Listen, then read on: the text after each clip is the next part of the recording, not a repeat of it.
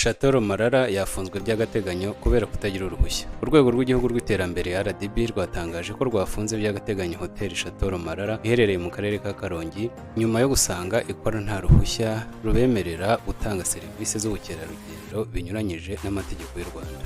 Ni mu itangazo ryasohowe kuri uyu wa 21 Nyakanga 2025 aho RDB yavuze ko icyemezo cyo gufunga iyi hoteli gifashwe hashingiwe ku itegeko nomero 12/Kaberamye 2014 ryo kuwa 19 z'ukwa gatanu 2014 rigena imitunganyirize y'ubukerarugendo mu Rwanda cyane cyane mu ngingo zaryo za 5, 20 na 29 zitanga inshingano ku bigo bikora muri uru rwego. Izi ngingo ziteganya ko nta kigo cyemerewe gutanga serivisi z'ubukerarugendo kitagira uruhushya rwemewe rutangwa n'urwego rushinzwe iterambere mu Rwanda.